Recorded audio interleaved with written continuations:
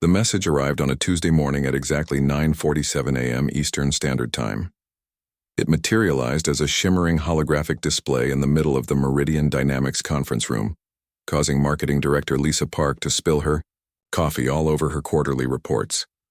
The display showed intricate symbols that slowly rearranged themselves into readable English text. The translation was elegant, formal, and completely mystifying to everyone present. Greetings, peaceful inhabitants of the third planetary body in your solar collective. We, the representatives of the Galactic Trade Consortium, extend our warmest salutations and an invitation to join our harmonious circle of commerce and mutual prosperity. CEO Sarah Chen adjusted her glasses and leaned forward in her chair. She had seen some elaborate marketing pitches in her 15 years of running Meridian Dynamics, but this was something entirely new. The holographic display continued to pulse, with soft welcoming colors as more text appeared. Your species has been observed and deemed suitable for inclusion in our peaceful network of trading partners. We understand that your kind values cooperation and gentle exchange of resources, as is proper for all civilized beings. We invite a delegation of your most submissive and agreeable representatives to meet with us aboard our vessel, the Gentle Prophet, which currently maintains a respectful distance beyond your moon. CFO Marcus Rodriguez scratched his head. Did they just call us submissive? And what's this about a vessel beyond the moon? Is this some kind of viral marketing campaign? Sarah stood up and walked around the holographic display, examining it from all angles. The technology is incredible. I've never seen anything like this. The 3D rendering, the real-time translation. Whoever put this together has serious resources. Lisa finished wiping up her coffee and grabbed her tablet. I'm running a search on Galactic Trade Consortium. Maybe it's a new tech startup with too much venture capital and not enough sense.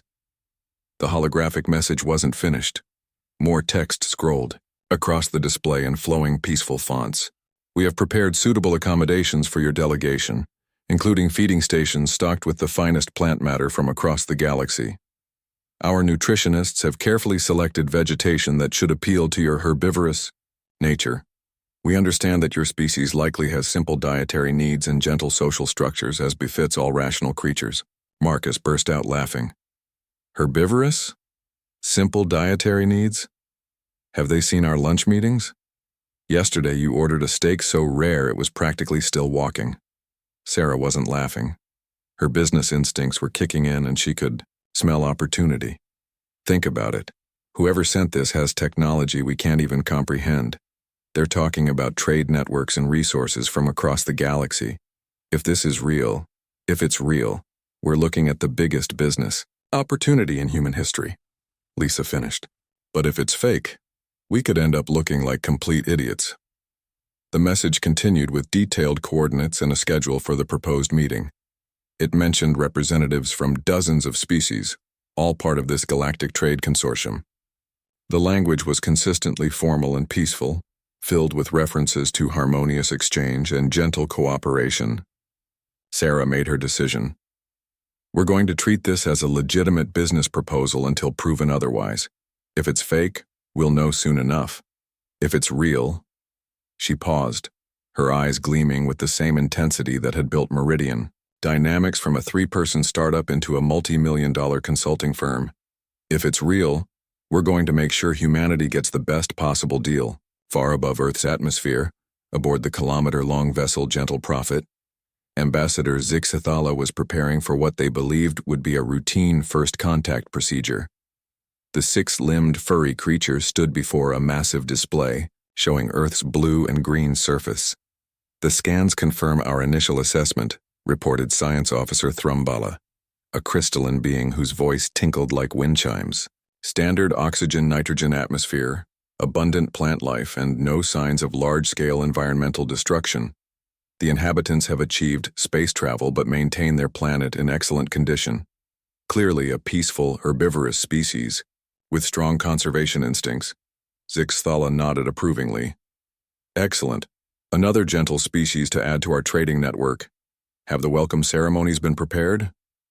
Yes, Ambassador. We've arranged the traditional submission displays, prepared gifts of rare crystalline formations, and stocked the feeding areas with the finest vegetation from 12 different worlds. Our xenobiologists predict the humans will be most appreciative of the blue-green algae supplements from Verdania Prime. The ambassador walked to the viewing port and gazed down at Earth. It will be refreshing to welcome a species that understands the value of peaceful cooperation. The last 3 civilizations we encountered were so aggressive in their trading practices. Not violent, of course, but they seemed to think commerce was some sort of competition rather than mutual support. The humans appear to be different, Thrumbala agreed. Our long-range scans show they've organized their society around small, cooperative groups that share resources and work together. No signs of the territorial disputes or resource hoarding we sometimes see in younger civilizations. What the consortium's scans had actually detected were human cities and corporations. Their instruments, calibrated for species that naturally formed peaceful collective societies, interpreted human urban centers as cooperative communes and corporate buildings as resource-sharing facilities. Back on Earth, Sarah was assembling her team for what she was calling the biggest pitch meeting in corporate history. She had decided to bring Marcus as the financial expert, Lisa for marketing and communications, and her newest hire, Dr. James Patterson, a former military logistics coordinator who had joined Meridian Dynamics to apply his strategic planning skills to civilian consulting. We need to approach this like any other major client, Sarah explained as they gathered in the conference room. Research their background, understand their needs, and figure out how we can provide value. The only difference is the scale. James was studying the coordinates provided in the message. These numbers, if they're real coordinates, they're pointing to a location about 400,000 kilometers from Earth. That's roughly the distance to the moon. So either someone has technology that makes our space program look like a paper airplane contest, or this is the most elaborate hoax in history, Marcus said. Lisa looked up from her tablet. I can't find any trace of this Galactic Trade Consortium online. No websites, no social media presence, no corporate filings. Either they're incredibly good at staying off the grid or they're not from our grid at all, Sarah finished.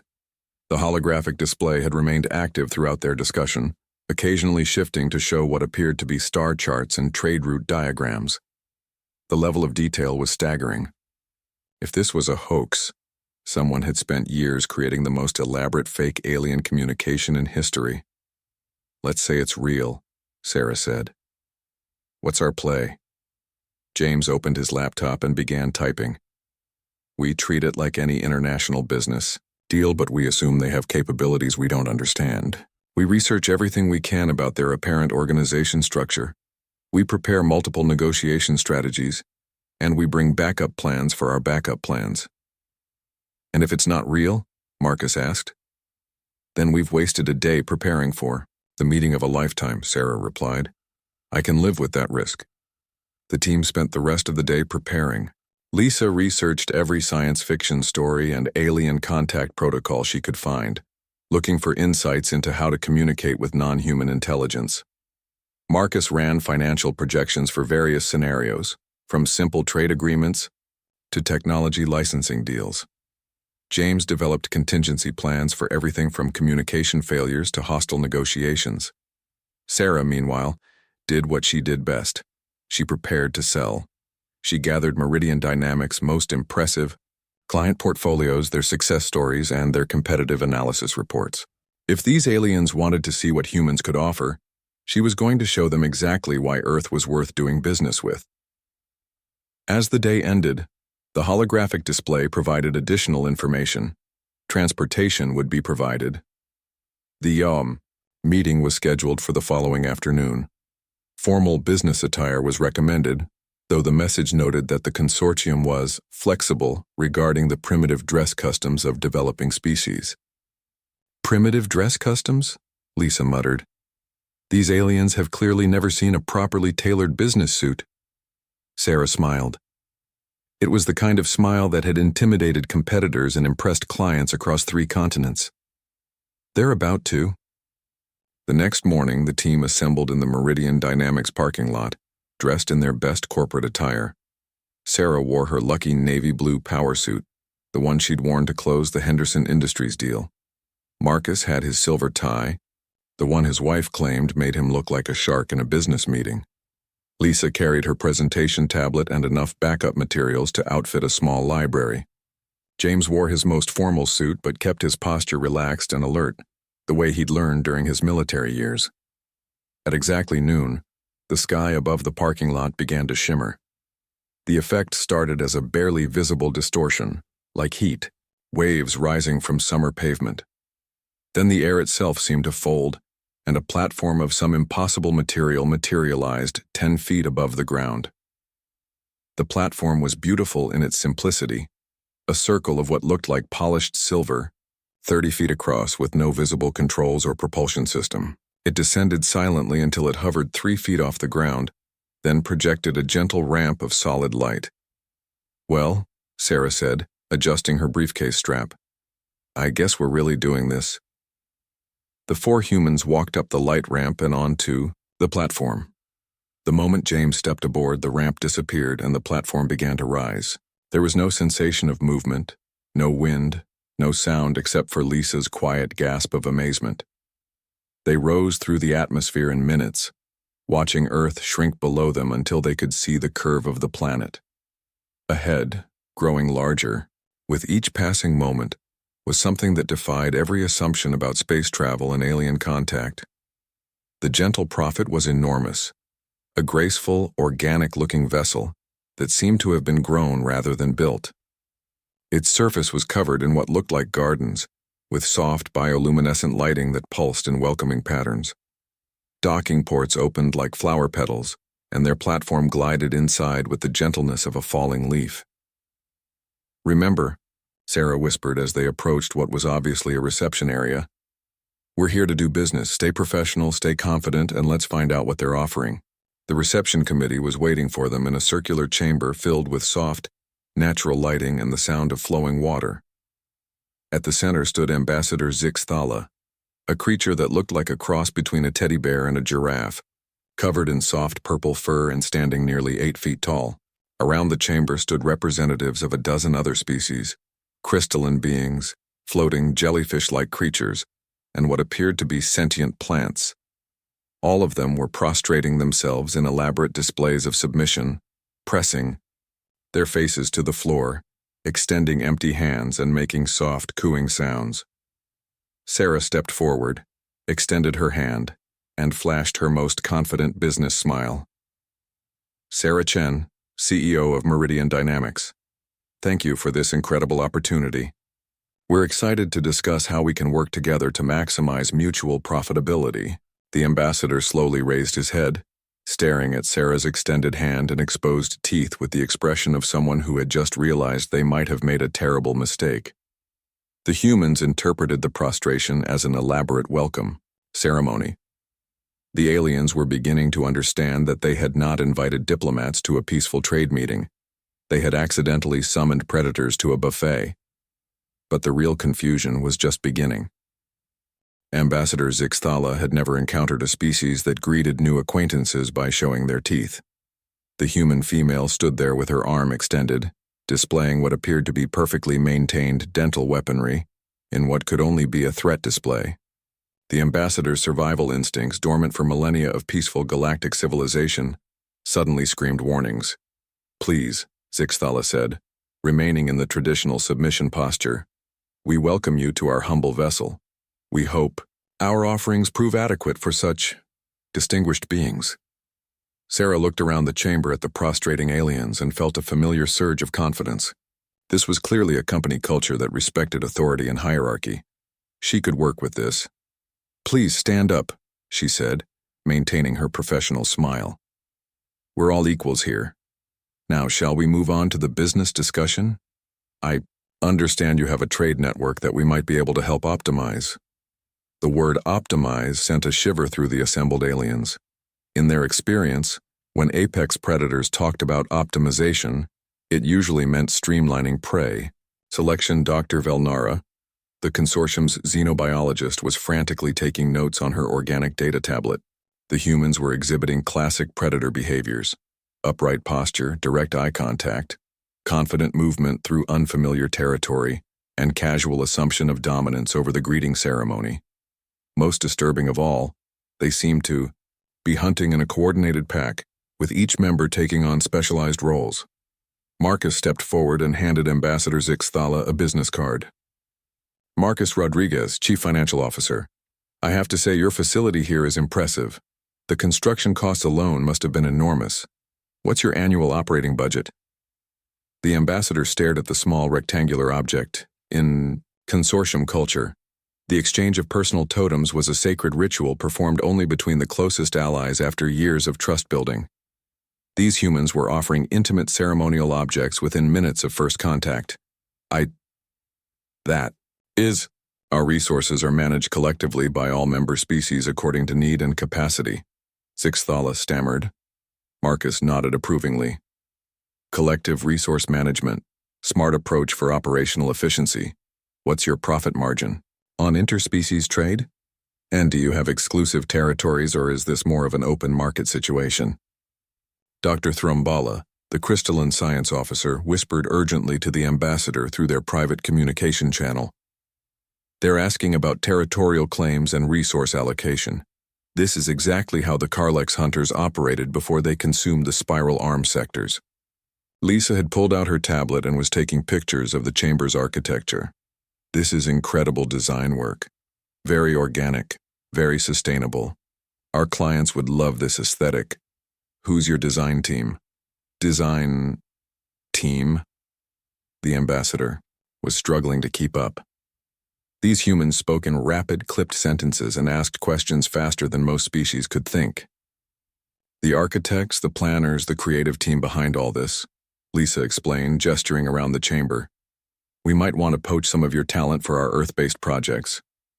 The word poach caused several of the alien representatives to emit distressed sounds. Dr. Velnara noted that the humans casually used predator terminology in casual conversation, suggesting that hunting behavior was so ingrained in their culture that they weren't even aware of it. James had been quietly observing the chamber's layout and the positioning of the various aliens. His military training had taught him to assess any new environment for strategic advantages and potential threats. What he saw impressed him. Excellent security setup, he commented to Ambassador Zixthala. Multiple sight lines, clear evacuation, routes and positioned personnel at every access point. Your advanced planning is top-notch. What's your standard protocol for hostile negotiations? The ambassador's fur stood on end. Hostile negotiations? You know, when talks break down, when the other party gets aggressive, when you need to apply pressure to close a deal, James explained matter-of-factly. Standard business scenarios. Your defensive positioning suggests you've thought through those contingencies. Sarah was growing impatient with the slow pace of the conversation. In her experience, the best deals were made when you established dominance early and maintained momentum throughout the negotiation. Look, she said, her voice carrying the crisp authority that had made her one of the most successful executives in her field. We appreciate the warm welcome, but let's cut to the chase. You reached out to us, which means you need something. We're here because we believe we can provide it. So let's skip the ceremonial pleasantries and talk business. The assembled aliens exchanged terrified glances. The human pack leader was dispensing with ritual submission displays and moving directly to dominance assertion. Several of the smaller species began edging toward the exits. Ambassador Zixthala made a desperate attempt to restore peaceful protocol. Perhaps we should begin with the traditional sharing of nourishment. We have prepared a selection of the finest plant matter from across the galaxy. A section of the chamber's wall dilated like an iris, revealing an adjacent space filled with what appeared to be a magnificent salad bar. Towering displays of fruits, vegetables, grains, and leafy greens from dozens of worlds created a rainbow of colors and textures. The smell was incredible. Fresh, sweet, and completely alien, yet somehow familiar. Lisa walked over to examine the spread. This is amazing. Where did you source all this? The logistics alone must be incredible. Do you have cold chain distribution? How do you maintain freshness across interstellar distances? Cold chain distribution? Dr. Thrumbala whispered to Dr. Velnara. They're asking about preservation of organic matter. Why would they need to preserve? Oh no. Sarah followed Lisa to the food display, but her attention was more on the business implications than the actual offerings. This represents serious supply chain management. Multiple planetary sources, preservation technology, distribution networks. What's your markup on exotic foodstuffs? Ambassador Zixthala was beginning to realize that these humans were not reacting to the food offerings the way any normal herbivorous species would. A peaceful plant eater would be expressing gratitude and immediately beginning to consume the carefully prepared vegetation. These humans were analyzing it like a business proposition. Marcus was taking pictures of the food displays with his phone. We'll need to run some cost-benefit analyses on this whole operation. What's your customer acquisition cost? How many species are in your current network?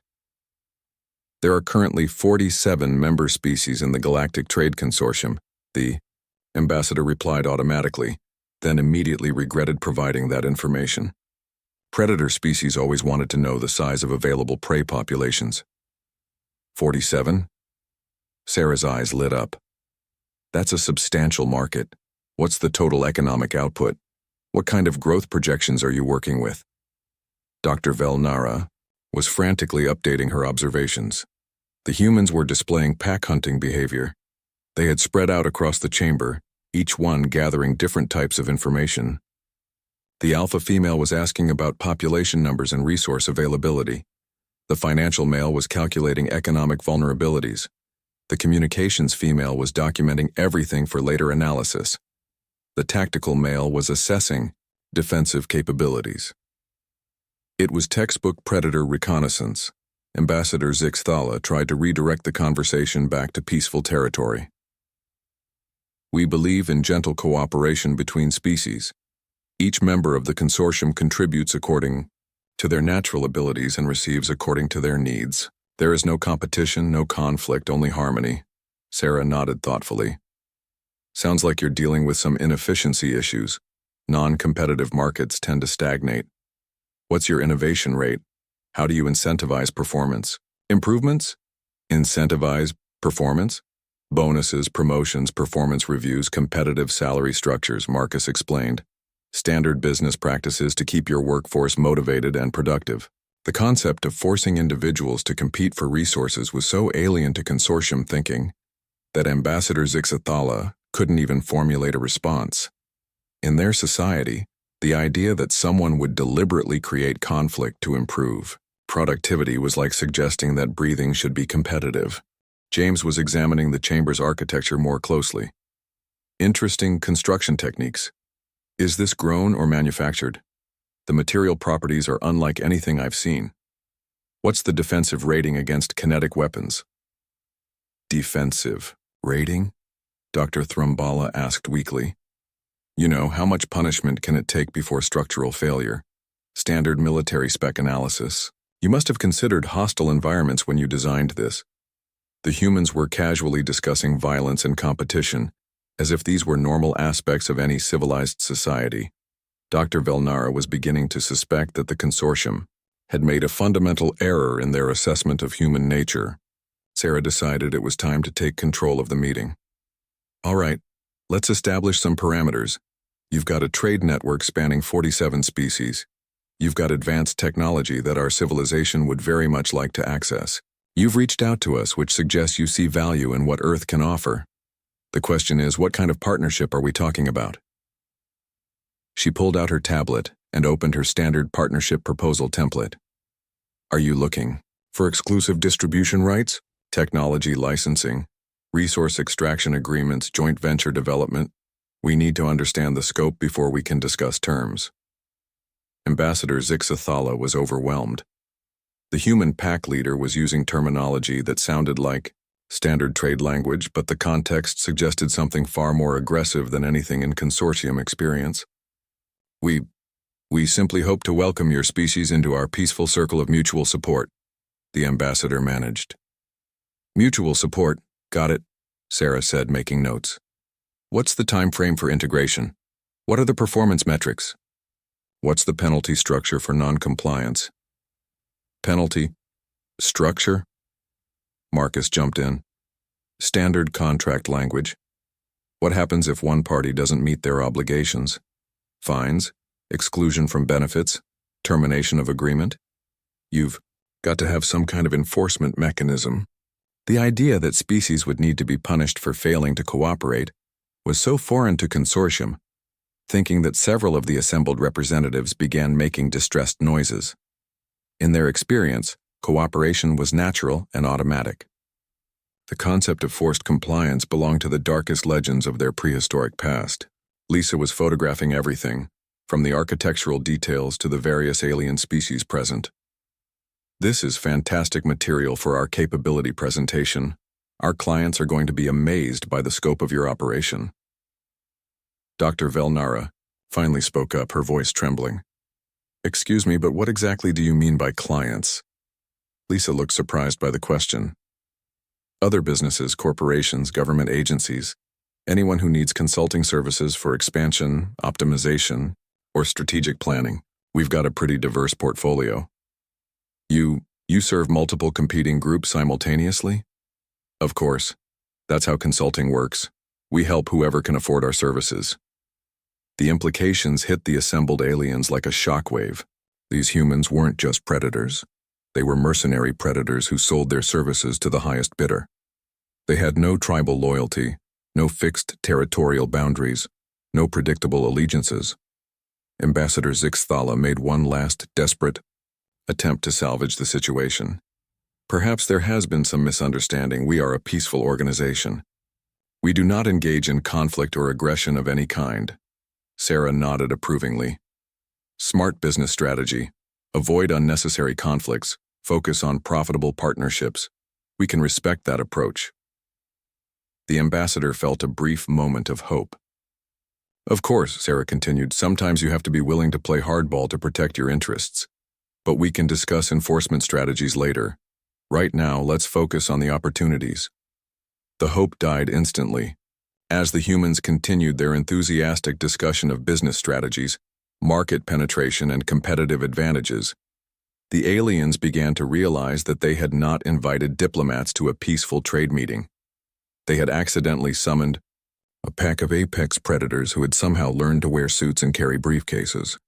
And the humans were just getting started. The conference room aboard the Gentle Prophet had been designed for peaceful negotiations between civilized species. Soft, curved walls eliminated sharp angles that might cause psychological discomfort. The lighting was warm and gentle, designed to promote calm discussion. The seating arrangements encouraged circular conversation where no individual could dominate the space. Sarah Chen took one look at the setup and immediately identified the power dynamics problem. This isn't going to work, she announced, walking around the circular table. We need a proper presentation space. Do you have a room with a projector and a whiteboard? Ambassador Zixthala was confused. A projector? Visual aids for presentations, Lisa explained, setting up her tablet. Standard business meeting equipment. How do you normally display financial data and strategic projections? The concept of displaying strategic information to potential competitors was so alien to Consortium thinking that Dr. Thrumbala nearly dropped his crystalline note-taking device. In their society, information was shared freely and openly because the idea of using knowledge as a weapon had never occurred to them. James was studying the room's layout with a tactical eye. The sight lines are all wrong for a proper briefing. Everyone's at the same level, no clear focal point, no position of authority. Who's running this meeting? Running, Ambassador Zixthala repeated weakly. The meeting leader, the decision maker, the person with authority to approve deals, Marcus explained. We need to know who we're actually negotiating with. Sarah had lost patience with the inefficient setup. She moved to the center of the circle and began rearranging the furniture with the confident authority of someone who had spent years dominating boardrooms. All right, let's fix this. Ambassador, you sit here at the head position. Your advisors can sit along the sides. We'll present from the front so everyone can see the materials clearly. The aliens watched in fascination and terror as the humans reorganized their peaceful meeting space into what appeared to be a predator's den, with clear hierarchies and strategic positioning. Lisa connected her tablet to the room's display system, with efficiency that impressed even the advanced alien technology. Within minutes, She had hijacked their peaceful visualization system and turned it into a corporate presentation platform. "Okay," Sarah said, standing at the front of the room like a general addressing troops. "Let's start with due diligence. We need to understand the scope of your operation before we can recommend optimization strategies." She clicked to her first slide, which showed the Meridian Dynamics logo and the company motto, "Aggressive Solutions for Competitive Markets." Several of the smaller alien species made whimpering sounds at the word aggressive. "First question," Sarah continued. "What's your current market penetration across the galaxy? How many inhabited systems are you actively serving?" Ambassador Zixthala struggled to translate the business terminology. We have peaceful relationships with species across approximately 47 star systems." Marcus was taking rapid notes. 47 systems. That's impressive geographic distribution. What's your population reach? Total customer base? Customer base? The beings you serve, Lisa clarified. How many individual aliens are part of your network? Dr. Thrumbala consulted his crystalline database. Approximately 230 billion sentient beings participate in consortium trade relationships. The humans exchanged glances. Sarah's smile became predatory in a way that made the ambassador instinctively move toward the emergency exit. 230 billion customers, Sarah repeated. Outstanding market size. What's your revenue per customer? Average transaction value? Customer lifetime value? The alien translator systems were struggling with the concept of extracting quantified value from relationships. The consortium's economic model was based on mutual support and need fulfillment, not profit extraction. We do not measure relationships in terms of extracted value, Ambassador Zixthala said carefully. James looked up from his strategic assessment notes. That's your problem right there. How do you measure performance without metrics? How do you identify optimization opportunities? We measure success by the contentment and prosperity of all members, Dr. Thrumbala offered. Marcus laughed. Contentment doesn't pay for expansion. What's your growth strategy? How are you acquiring new markets? What's your competitive analysis against rival trade networks? There are no rival networks, the ambassador said. The consortium encompasses all peaceful trade in this galactic region. Sarah's eyes narrowed. You have a monopoly? The word hit the chamber like a predator's roar. Every alien in the room understood monopoly behavior. It was how the legendary apex predator species of galactic history had operated before driving themselves to extinction through overconsumption. Not a monopoly, Ambassador Zixthala said, quickly. A cooperative collective. All species participate willingly and benefit equally. Equally? Sarah's business instincts were screaming. That's incredibly inefficient. High-performing partners should receive proportional rewards. How do you incentivize excellence without competitive compensation structures? Lisa had moved on to photographing the various alien species present, taking notes on what appeared to be their roles in hierarchy. What's your organizational structure? Who reports to whom? What's the chain of command for major decisions? The consortium operated on consensus-based decision-making, a process that could take months of gentle discussion and unanimous agreement. The idea of a chain of command, with some beings having authority over others, was associated with the most primitive and violent societies in galactic history. All voices are heard equally in consortium decisions, Dr. Thrumbala explained. James frowned. That's going to create massive delays in decision implementation. What's your average time to market? For new initiatives? Time to market? How long from concept to execution, Marcus clarified. Product development cycles, implementation timelines, launch schedules. The aliens were beginning to realize that these humans operated on timescales that seemed impossibly fast. Their questions suggested they expected decisions to be made and implemented within periods measured in days or weeks, not the careful months or years that proper consensus required. Sarah clicked to her next slide, which showed Meridian Dynamics' client portfolio. The screen filled with corporate logos, growth charts, and success metrics. Here's what we bring to the table, she announced. We've helped over 200 companies optimize their operations, increase efficiency, and dominate their markets. Our average client sees a 35% improvement in performance within the first year. The phrase dominate their markets caused Ambassador Zixthala to grip his ceremonial staff with white-knuckled terror. Dr. Velnara was furiously documenting what appeared to be the humans' casual admission that they helped other predator groups. Conquer territories, dominate, the ambassador whispered. Market leadership, competitive advantage, industry dominance, Lisa explained cheerfully. Standard business objectives. You want to be the best in your field, right? The concept of wanting to be superior to other beings was so fundamentally contrary to consortium philosophy that several of the representatives began praying to their respective deities for protection. Marcus had opened his laptop and was pulling up financial modeling software. Let's run some numbers. With 230 billion customers and 47 systems, you're looking at approximately 4.9 billion customers per system. That's a solid foundation for scaled operations. He turned his screen toward the ambassador, displaying a complex spreadsheet filled with projections, growth curves, and profit maximization scenarios. If we can improve your per-customer revenue by just 10% through optimized service delivery, we're talking about adding trillions to your annual output. And that's just the low-hanging fruit. The phrase low-hanging fruit was automatically translated into consortium language as easily captured prey, which caused several aliens to begin hyperventilating. Sarah was warming up to her pitch.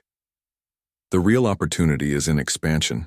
You've got a proven model, solid customer relationships, and advanced technology. Why limit yourselves to this galactic region? Why not go intergalactic? Intergalactic expansion? Ambassador Zixthala felt faint. Market penetration into new territories, James explained. Establish forward operating bases. Identify potential partners or competitors. Secure resource agreements. Standard expansion strategy. Lisa was nodding enthusiastically. We could help you develop a comprehensive marketing campaign. Galactic Trade Consortium, now conquering multiple galaxies. It has a nice ring to it. The word conquering sent the final representative of the peaceful Fluffington species fleeing from the chamber in terror. Dr. Velnara was reaching the terrifying conclusion that these humans didn't just exhibit predator behaviors. They had somehow organized predation into a systematic methodology that they called business. They had turned hunting into a science. Sarah clicked to her next slide, which showed before and after charts of companies that Meridian Dynamics had helped transform. Here's a case study that might interest you. Henderson Industries was a small, family-owned manufacturer with limited market reach.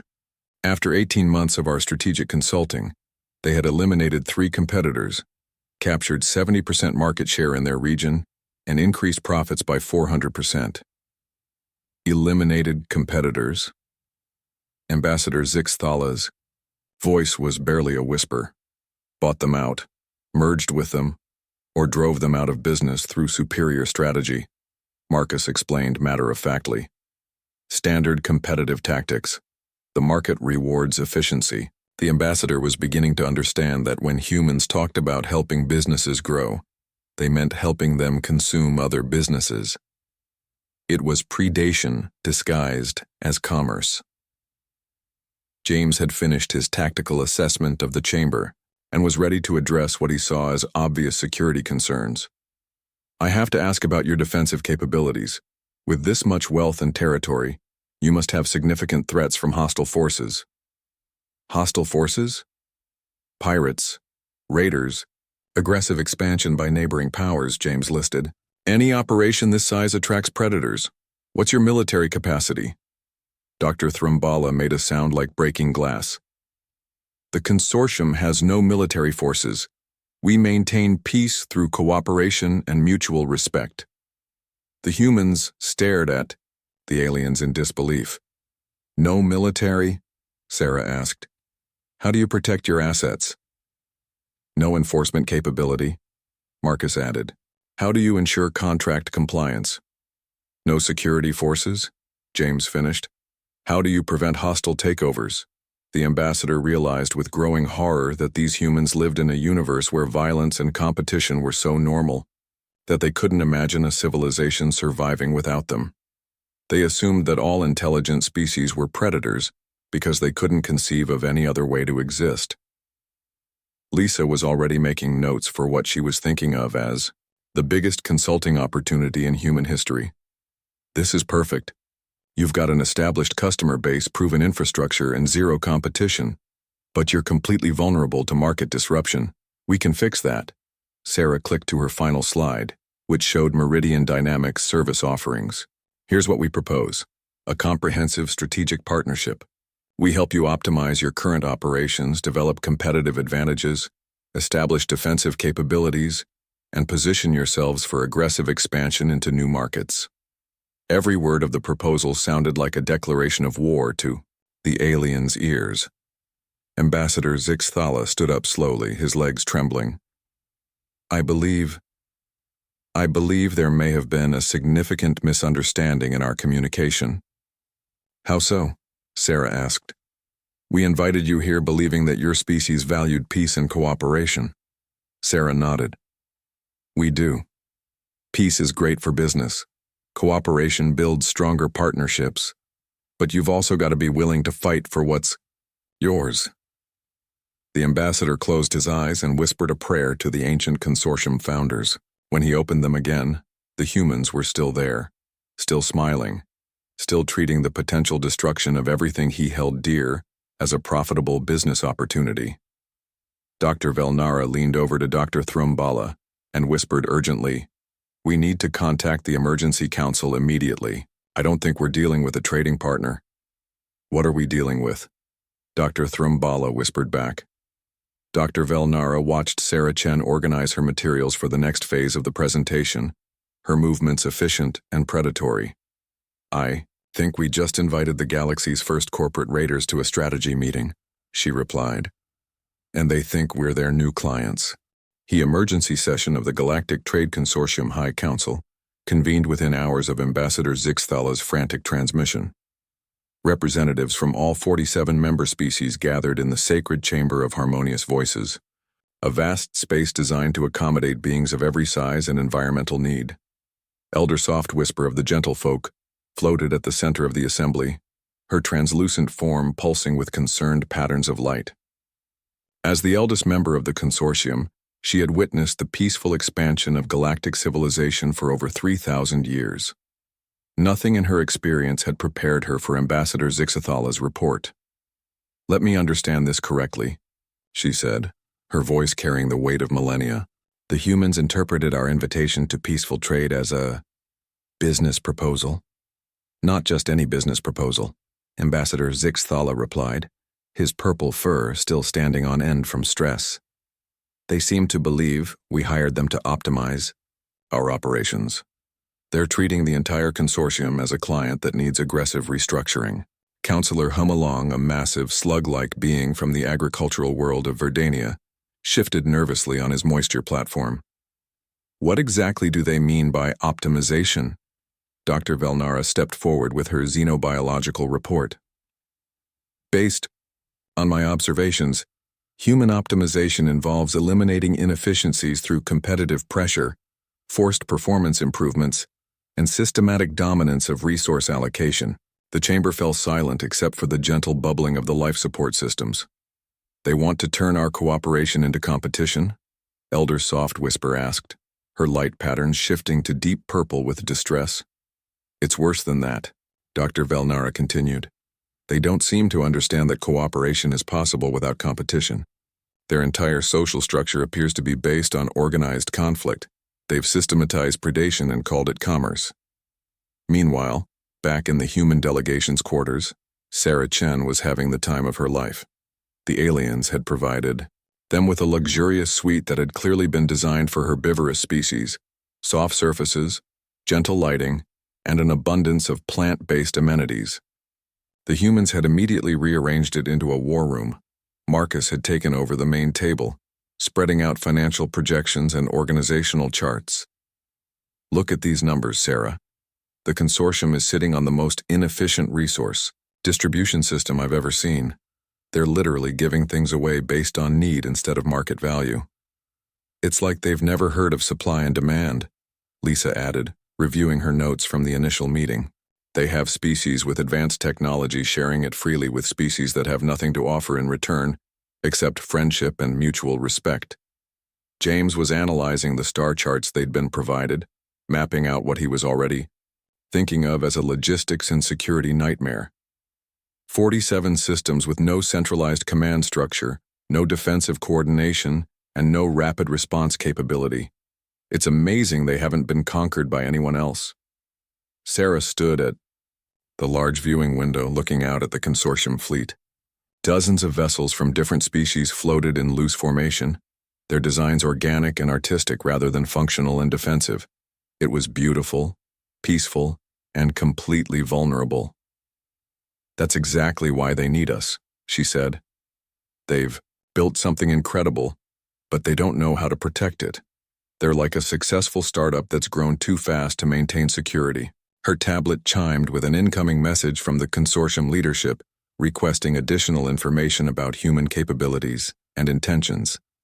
Sarah smiled as she read the carefully polite language. They want to know more about our methods. Time for the full presentation.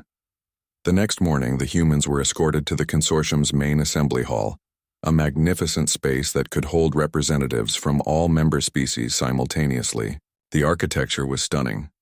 Flowing lines that seemed to grow from the floor, walls that shifted color to reflect the emotional state of the occupants, and acoustic systems that automatically translated every language and communication method into comprehensible formats for all present.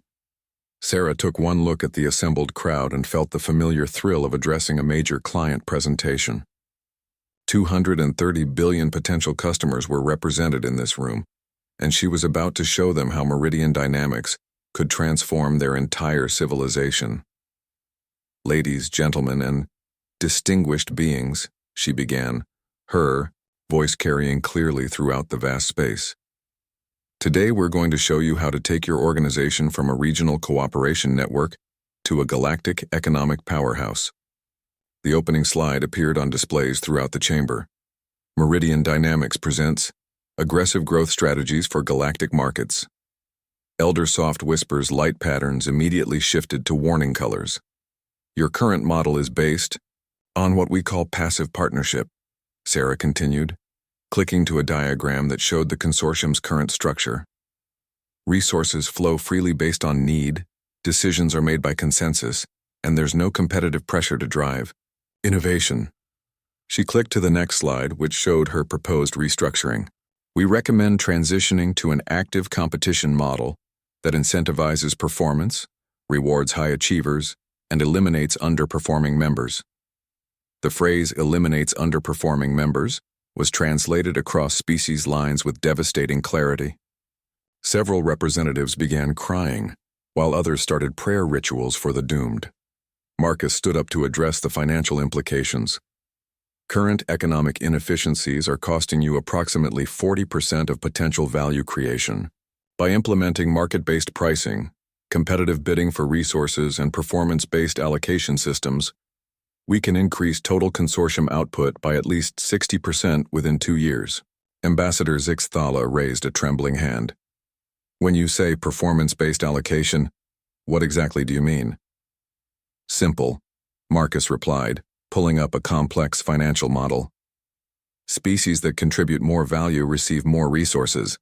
Species that underperform receive less until they either improve or are removed from the network. The concept of deliberately starving unsuccessful members to motivate the others was so horrifying that several species representatives fainted on the spot.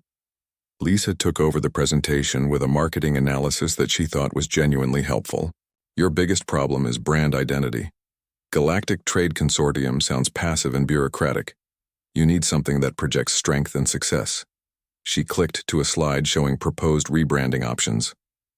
Galactic Commerce Dominion, Universal Trade Empire, or Interstellar Business Coalition. Each of these names sends a clear message that you're not just participants in galactic trade, you control it. The word empire caused the representative from the democracy-loving Zephyrians to collapse in terror. The word dominion made the peace-loving Serenities begin evacuation procedures. James concluded the presentation with what he considered a reasonable security analysis. Your current defensive posture is essentially non-existent. Any moderately aggressive species could take over your entire network within months. He displayed a tactical map showing consortium territories with marked vulnerabilities. We recommend establishing defensive perimeters, rapid response fleets, and enforcement divisions for each major trade route. Enforcement divisions? Doctor? Thrumbala asked weakly. Armed forces dedicated to protecting consortium interests, James explained. Standard business practice for any organization operating in contested territories. But space isn't contested, Ambassador Zixathala protested. It belongs to everyone equally. The humans stared at him in amazement. Ambassador, Sarah said gently, as if explaining something to a child. Everything is contested. Territory, resources, customers, market share. Business is war by other means. The sooner you accept that, the sooner you can start winning. Elder Soft Whisper rose from her position at the center of the assembly, her ancient wisdom struggling to process what she was hearing. Young humans, she said, her voice carrying the weight of 3 millennia. You speak of competition and conflict as if they were natural laws, but we have proven that cooperation and peace create greater prosperity for all. Sarah clicked to her final slide, which showed comparative economic data from Earth's corporate history. With respect, Elder, our planet's economic growth accelerated exponentially when we embraced competitive markets. Competition drives innovation, efficiency, and progress. Your species has achieved remarkable technological advancement, Marcus added, but you've plateaued. Without competitive pressure, there's no incentive to push boundaries or develop new capabilities. The economic data was undeniable. Earth's chaotic, competitive development had produced technological advancement at rates that far exceeded anything in consortium history. But the cost? What about the suffering? Dr. Thrumbala asked quietly. Surely competition creates losers as well as winners. That's the beauty of it, Lisa replied enthusiastically. Losers either adapt and become stronger, or they're eliminated from the market. It's natural selection applied to economics. The casual mention of elimination sent waves of terror through the assembly. These humans were describing the systematic destruction of unsuccessful civilizations as if it were a positive feature. James pulled up his final tactical recommendation. Here's what we propose. Immediate implementation of competitive restructuring across all consortium operations. We'll help you identify high-value assets, eliminate redundancies, and establish market dominance before any competitors realize what's happening. But we don't have competitors, Ambassador Zixathala said desperately. You do now, Sarah replied with a smile that made the ambassador's survival instincts scream warnings. Every aggressive species in the galaxy is going to want what you have. The question is whether you'll be ready for them. She gestured toward the assembled representatives. You have the largest peaceful trade network in galactic history. You have advanced technology, abundant resources, and established relationships with dozens of species. In the wrong hands, that becomes the foundation for an empire that could dominate half the galaxy. The implications sank in slowly. The humans weren't threatening to conquer the consortium. They were warning that someone else would, and offering to help the consortium become the conquerors instead. This is our proposal, Sarah concluded, handing Ambassador Zixathala a formal contract. Meridian Dynamics becomes your strategic consulting partner. We help you optimize operations, establish competitive advantages, and prepare for expansion. In exchange, we receive a modest consulting fee and preferred trading status for Earth. The ambassador stared at the contract with the expression of someone reading their own death warrant. What happens if we refuse? Elder Soft Whisper asked. Sarah's smile never wavered. That's your choice, of course. But understand that the galaxy is changing. Peaceful cooperation is a luxury that only works when everyone agrees to play by the same rules. The moment someone decides to play by different rules, she didn't need to finish the sentence. The aliens could imagine the consequences for themselves. Dr. Velnara leaned over to whisper urgently to the ambassador. They're not making threats. They're making predictions. They genuinely believe that conflict is inevitable, and they're trying to prepare us for survival. Ambassador Zixathala looked around the chamber at the terrified representatives of 47 peaceful species. Then he looked at the 4 humans who had somehow turned a simple trade invitation into a presentation on galactic conquest strategy. "How long do we have to consider your proposal?" he asked. Sarah checked her watch, a gesture that somehow seemed ominous in the alien context. "We understand this is a big decision. How about we give you 72 hours? That should be enough. Time for your leadership to review the materials and reach a consensus.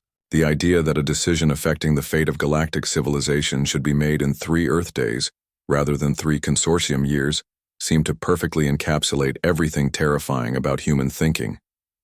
As the humans gathered their materials and prepared to return to their quarters, Ambassador Zixathala realized that the consortium faced an impossible choice. They could accept the humans' help and transform their peaceful civilization into a competitive empire, or they could refuse and hope that no other predator species discovered their vulnerability before they figured out how to defend themselves. Either way, the age of galactic peace was ending, and it was ending because someone had accidentally sent a business proposal to the wrong species. 72 hours later, Ambassador Zixathala stood before the assembled consortium council with the weight of galactic civilization on his shoulders. The emergency session had lasted 3 days, with representatives debating in hushed, terrified whispers about the impossible choice they faced. Elder Soft Whisper's ancient light patterns had dimmed to barely visible flickers. "In 3,000 years of peaceful expansion, we have never faced such a decision," she said to the assembly.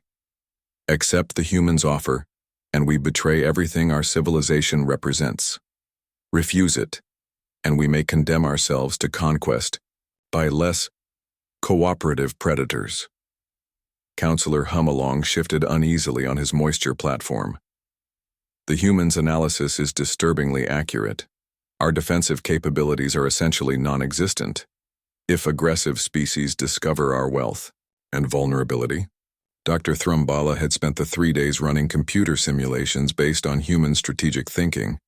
The results were terrifying. According to their economic models, our current system would collapse within decades if exposed to competitive pressure. We've optimized for cooperation in a universe that apparently doesn't guarantee cooperation. Meanwhile, the human delegation had spent their waiting period productively. They had toured the consortium facilities, interviewed various species representatives, and conducted what they called comprehensive market research. What they discovered exceeded their wildest projections. "This is bigger than we thought," Sarah told her team as they reviewed their findings. "We're not just looking at 47 trade partners. We're looking at 47 entire civilizations with technologies that could revolutionize every industry on Earth." Marcus was practically glowing with excitement as he reviewed the resource surveys. "The Crystalline Collective has energy generation technology that makes our fusion plants look like campfires. The Verdanian agricultural systems could feed Earth's population 10 times over. The Serenity mental health treatments could eliminate psychological disorders entirely." Lisa had been documenting the various species' unique capabilities for her marketing analysis, and they're just sharing all of this freely with each other. No patents, no licensing fees, no competitive advantages. It's like they've never heard of intellectual property protection. James had conducted his own analysis of consortium territories and reached conclusions that both impressed and concerned him. Their infrastructure is incredible, but it's completely undefended. Any Earth corporation with basic military consulting could take over multiple star systems within months. That's exactly the problem, Sarah realized. It's not about us conquering them. It's about protecting them from the next humans who show up with less friendly intentions. The insight hit the team like a revelation. They weren't just looking at a business opportunity, they were looking at a responsibility. When the 72-hour deadline arrived, the Consortium Council had reached their decision through the most difficult consensus process in their history. Ambassador Zixathala delivered their response in person, accompanied by Elder Soft Whisper and a dozen other senior representatives. "We have decided," the ambassador announced formally, to accept your strategic consulting partnership with specific conditions. Sarah felt the familiar rush of closing a major deal, but something in the ambassador's tone suggested this wasn't a standard contract signing. "What conditions?" she asked. Elder-soft Whisper's ancient voice filled the chamber. "We accept your help in developing defensive capabilities and optimization strategies. In exchange, you will help us preserve what is most valuable about our civilization, our commitment to cooperation and mutual support. We want to become stronger," Ambassador Zixthala continued, "but we don't want to become predators." Sarah considered this carefully. It was a more complex mandate than any consulting job in Meridian Dynamics history, but also potentially the most rewarding. "Understood," she said. "We'll develop what we call cooperative competition, systems that drive innovation and efficiency while maintaining your core values." Over the following months, the transformation of the Galactic Trade Consortium became the most ambitious consulting project in human history. The humans worked with each species to develop their unique competitive advantages while building an overarching framework that protected their cooperative nature. Marcus revolutionized consortium economics by introducing market-based pricing that still guaranteed basic needs for all species.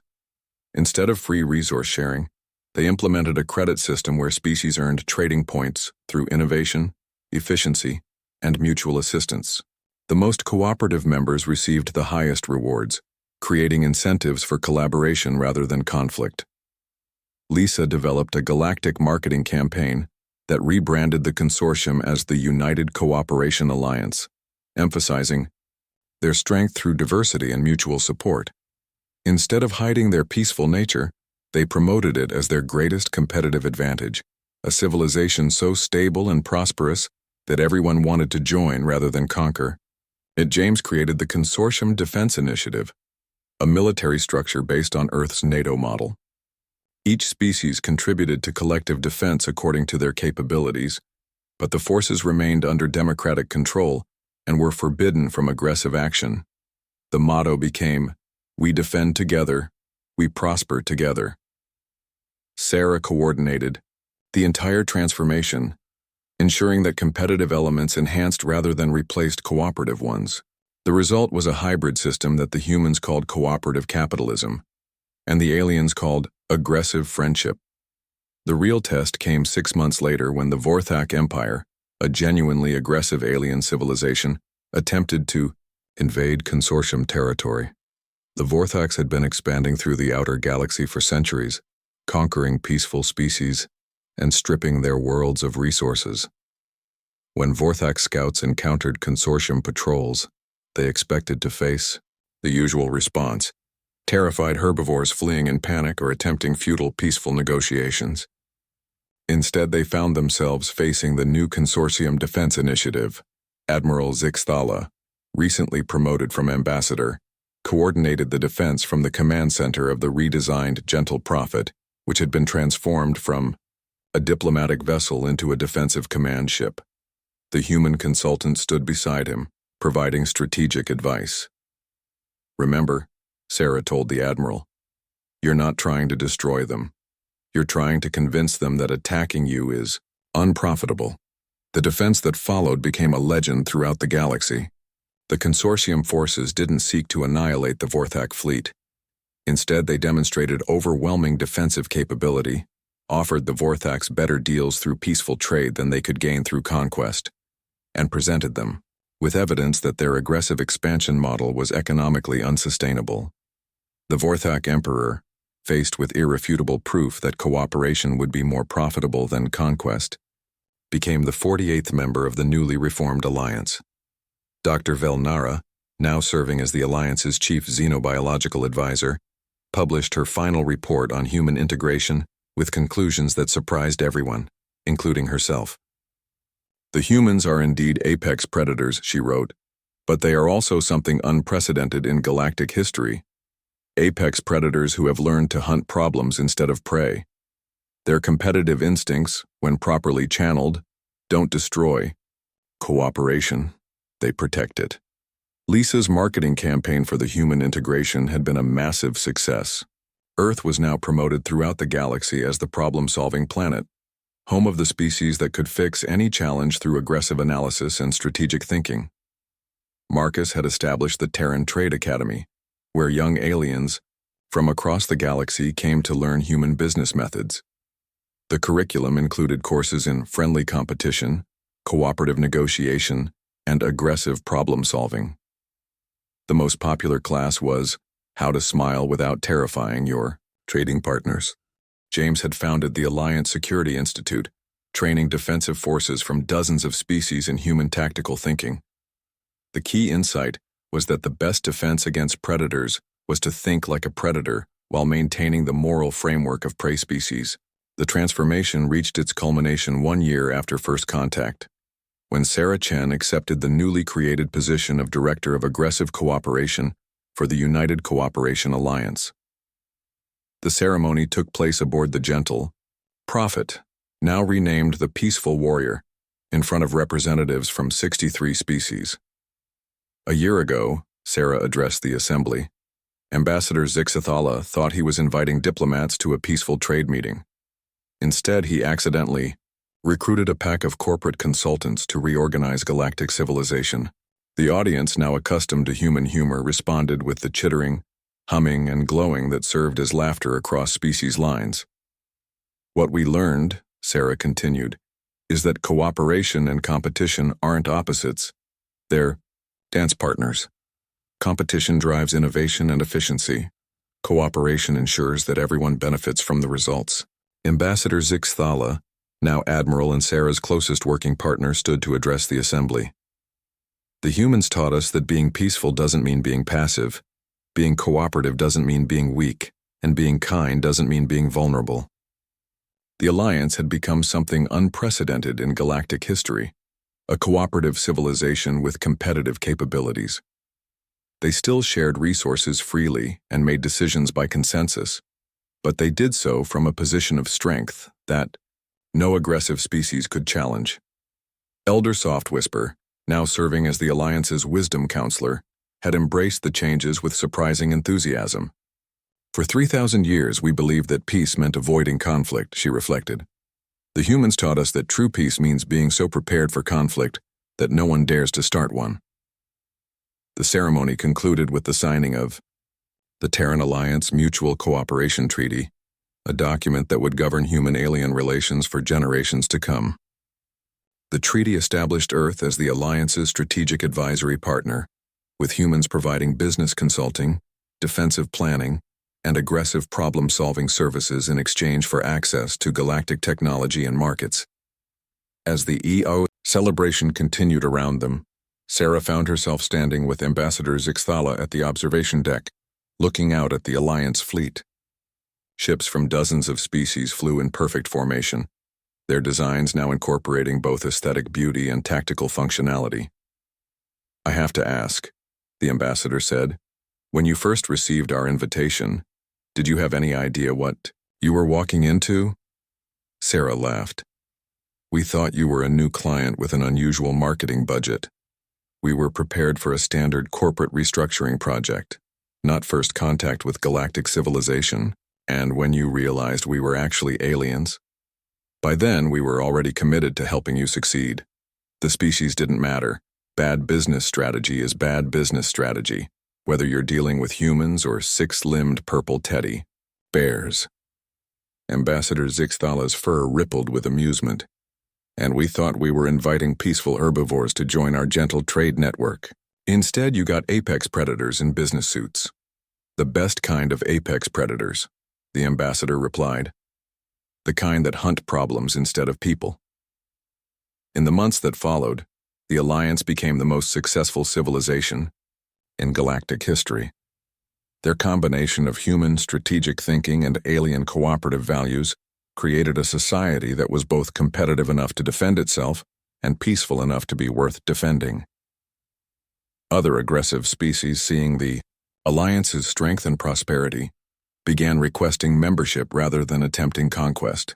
The galaxy was entering a new age, not of pure peace or pure competition, but of what the humans called enlightened cooperation, and the aliens called comfortable strength. Sarah Chen had started the week expecting to give a routine business, presentation to an eccentric new client. She ended it as the first human to hold executive authority over a galactic civilization. The universe, it turned out, was a lot more interesting when you approached it with a business plan. And sometimes, the best diplomats were the ones who didn't know they were diplomats at all.